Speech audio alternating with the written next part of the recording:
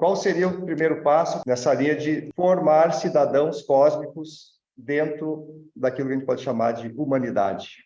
Meu irmão, primeiro agradecer a você a possibilidade de estarmos juntos nessa reflexão sobre o que efetivamente importa na vida da gente, saudar cada um dos que estão conectados aí conosco, agradecer novamente a possibilidade de homenagearmos a vida em tempos tão difíceis, né? E iniciativas como essa, em que a semeadura de reflexão, de forma honesta, de forma livre, sem maiores preocupações, sem enquadramento religioso, político, filosófico, o que seja, isso nos permite voar. Então, vamos voar juntos. Eu queria efetivamente agradecer a você essa oportunidade.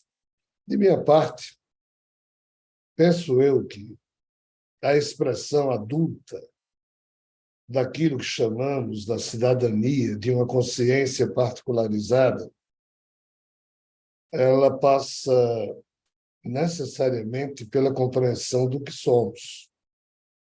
E, desafortunadamente, nós, seres humanos, ainda não sabemos responder o que somos, quem somos, de onde viemos. A gente pensa que é esse nome que nossos pais deram a esse corpo, mas isso é só o que está aparente. O próprio Jesus nos disse: percebam o que está à vista, que o oculto lhe será então evidente.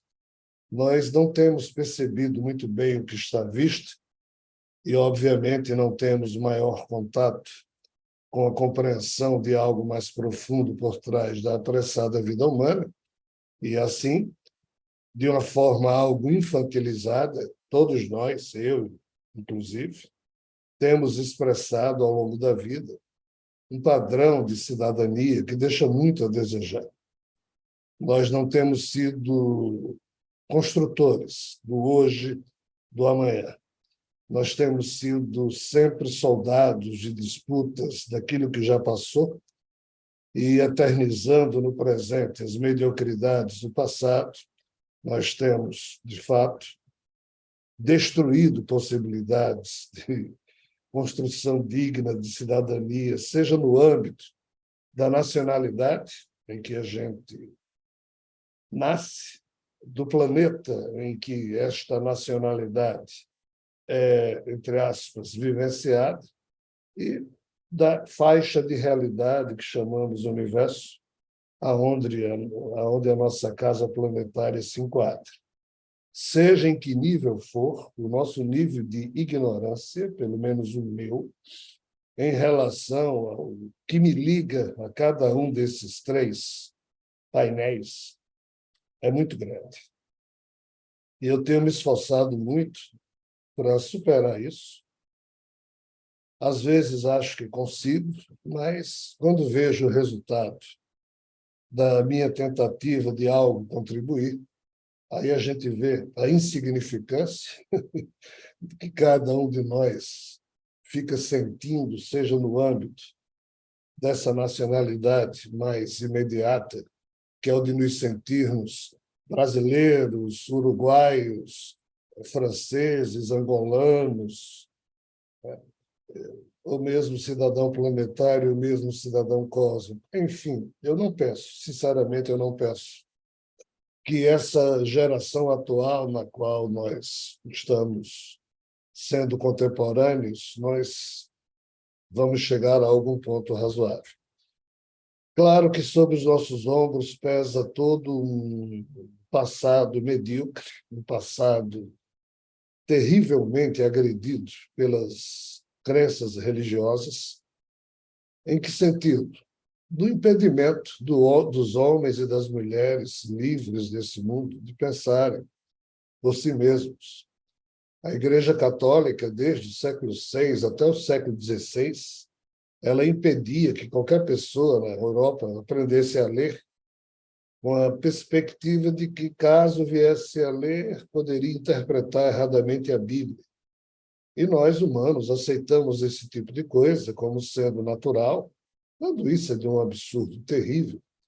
E os absurdos continuam, não nesse milênio obscurantista só, mas no dia que vivemos, nesses anos atuais, em que nós não temos imprensa, nem oficial, nem a imprensa clássica, como também não temos imprensa periférica e livre. Ou seja, nós não temos como, entre aspas, buscar o conhecimento no sentido de ter a tranquilidade de que esse conhecimento é ofertado de maneira honesta, porque não é. Nós não temos como olhar para a política mundial e identificar o básico nas democracias, que seria partidos políticos, cujo histórico nos servisse como referência para as questões trabalhistas, para as questões da vida, para os problemas sociais, econômicos, políticos.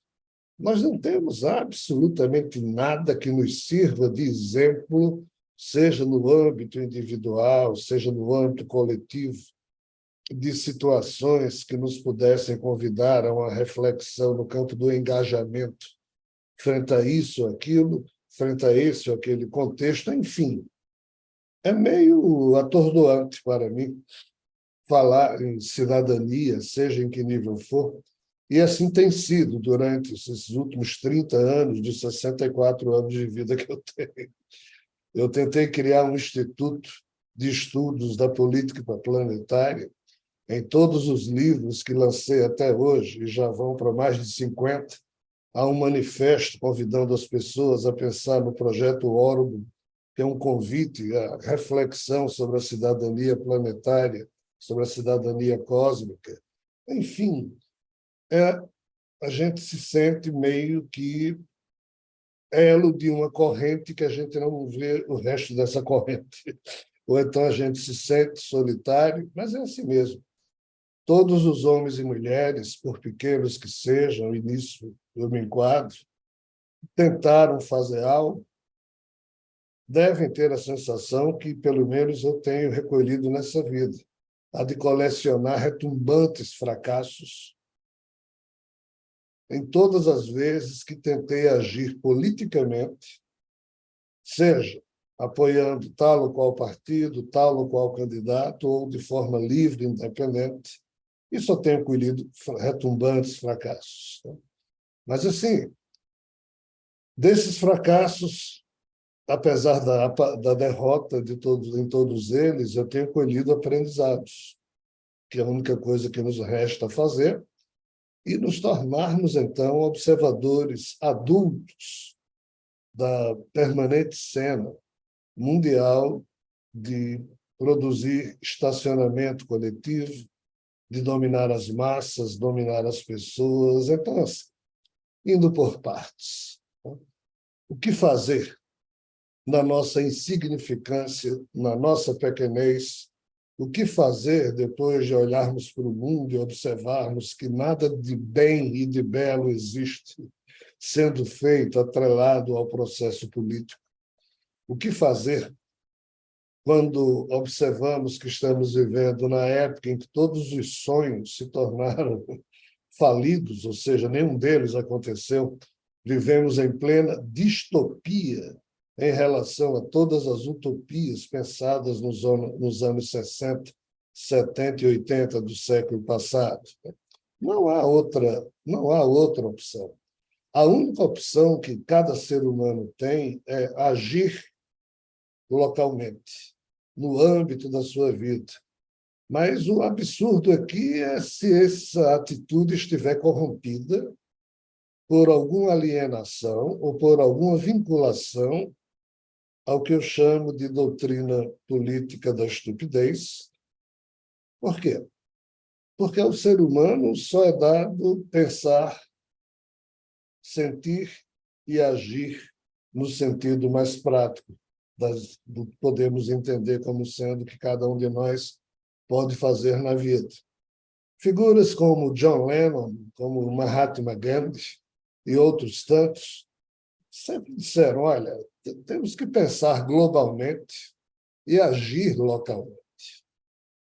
Então, essa atitude local não implica em cegueira em relação ao processo mundial ou em relação ao processo maior.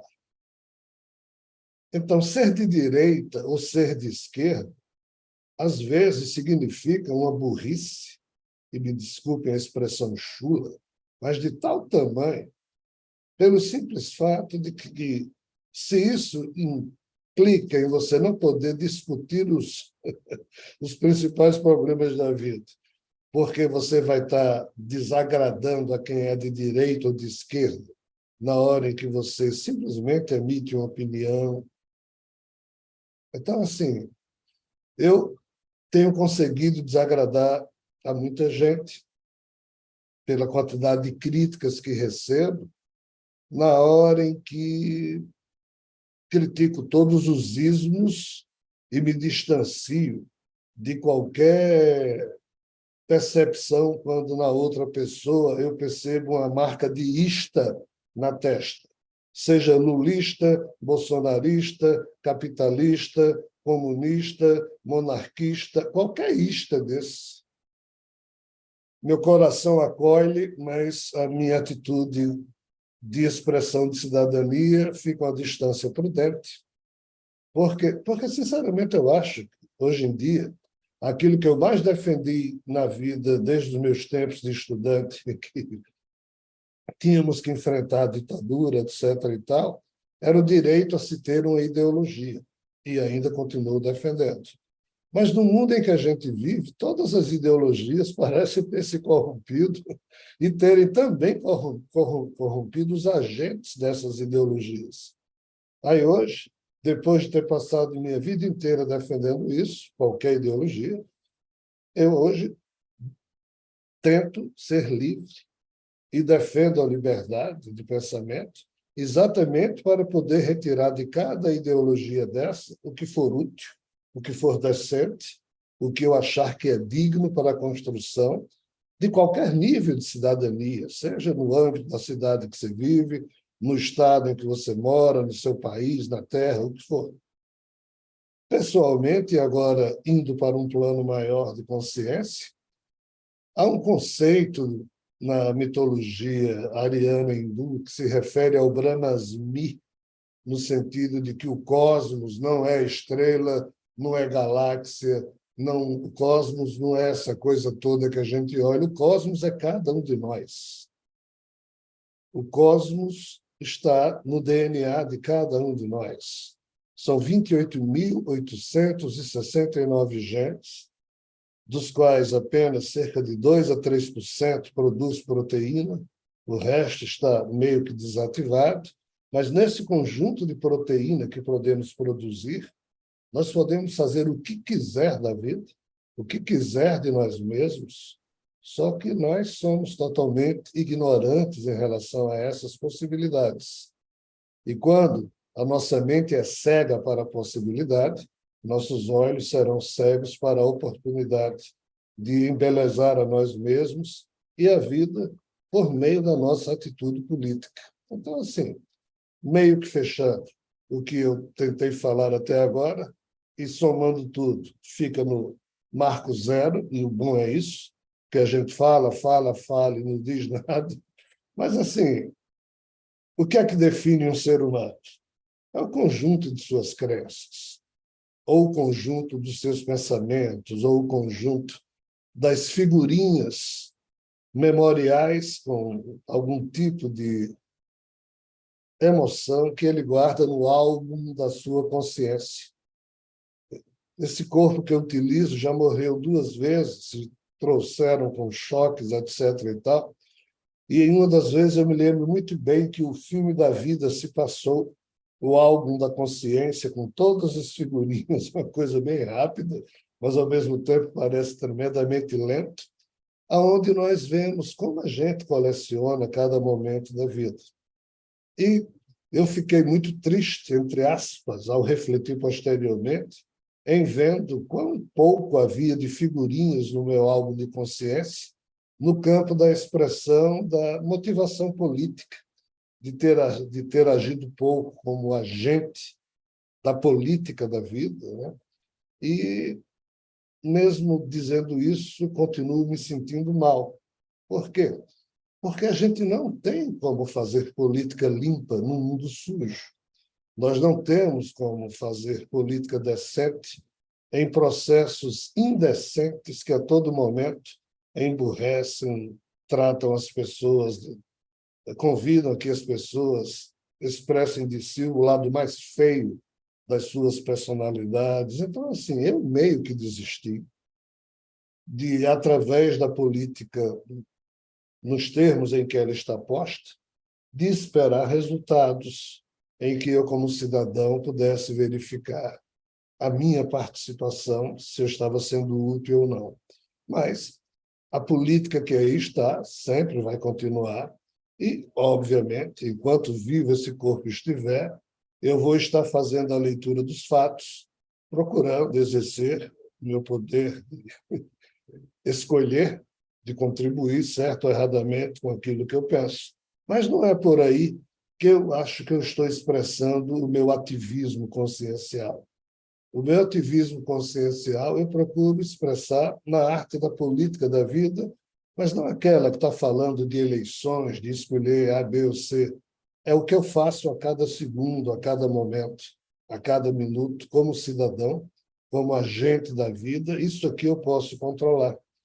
E é nesse ponto que eu só posso convidar a mim mesmo, e a quem porventura estiver escutando essas bobagens que eu estou dizendo, é que nós temos que observar os grandes homens e as grandes mulheres que nos deixaram exemplos de mesmo nos momentos mais terríveis da vida, de como agir com dignidade, no sentido de uma política maior, aí sim, mesmo vivendo com os pés na terra, mas praticando valores de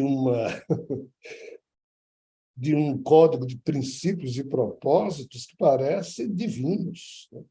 Na hora em que você vê um Sócrates, quando, por ter sido preso, por ter agredido a mentalidade de sua época, seus amigos dizem: Sócrates, já demos um jeito, o juiz já está comprado, os guardas da prisão também, a porta da sua cela está aberta, pode sair a partir de tal hora. E aí Sócrates diz: olha, desculpa, eu passei minha vida inteira criticando exatamente isso, e agradeço a vocês, meus amigos, mas desculpa, eu prefiro morrer a ter que escapar, a ter que dar um jeitinho para me manter vivo, porém manchado. Então, assim, um Gandhi, que conseguiu, através da sua satyagraha, que é a resistência pacífica e amorosa em torno dos conceitos, dos princípios e propósitos que ele acreditava. Então, assim, figuras como essas, que nos motivam a mesmo num mundo cheio de mediocridade, cheio de feiuras, e ainda com a nossa pequenez, mas o convite que essas pessoas fazem é para que a gente consiga agir de um modo superior àquela mentalidade que marca o rebanho humano. Então, assim, nós estamos aqui falando de cidadania cósmica, num tempo em que nós mal conseguimos exercer a nossa cidadania,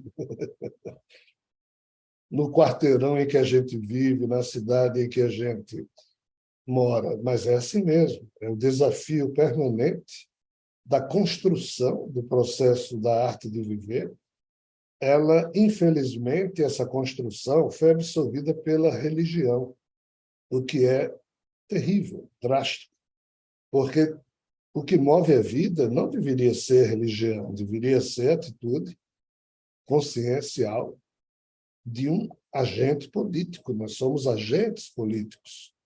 Mas, na hora em que jogamos tudo para Deus, Deus resolve, Deus está no comando, Deus está no leme, Deus escolhe, fulano é enviado de Deus, vamos voltar esse crânio, porque esse aqui, o pastor diz não sei o quê, aquele ali.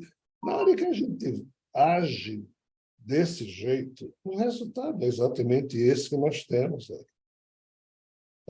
Concluindo minhas palavras, Um tempo atrás, eu estive fazendo uma palestra, já faz tempo, uns 10 anos, eu acho, na Embaixada Brasileira, lá em Praga, na República Tcheca.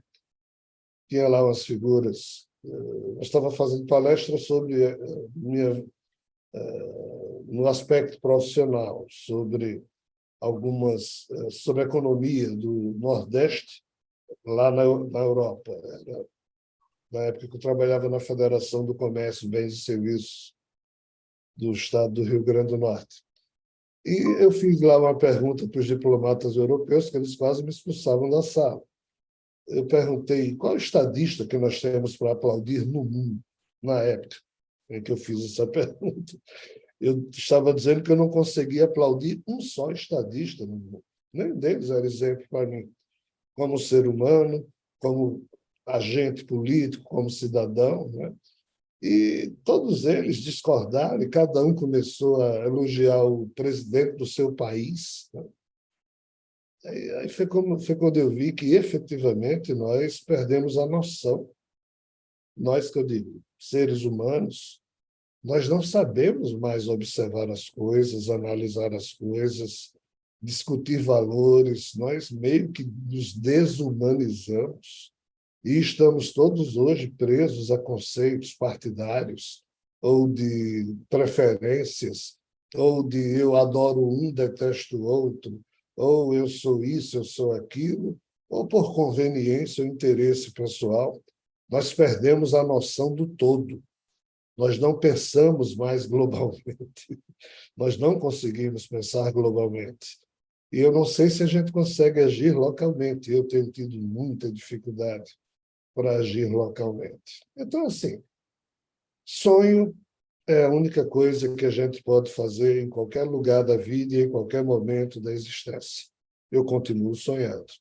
Sonhando não para que eu encontre algo belo, mas para que eu possa construir na minha vida, mesmo no âmbito da minha pequenez, alguma atitude política que me eleve da condição de um simples ser humano, mas cujas atitudes possam ser úteis ao processo de homenagear a vida, sejam dessa vida se expresse.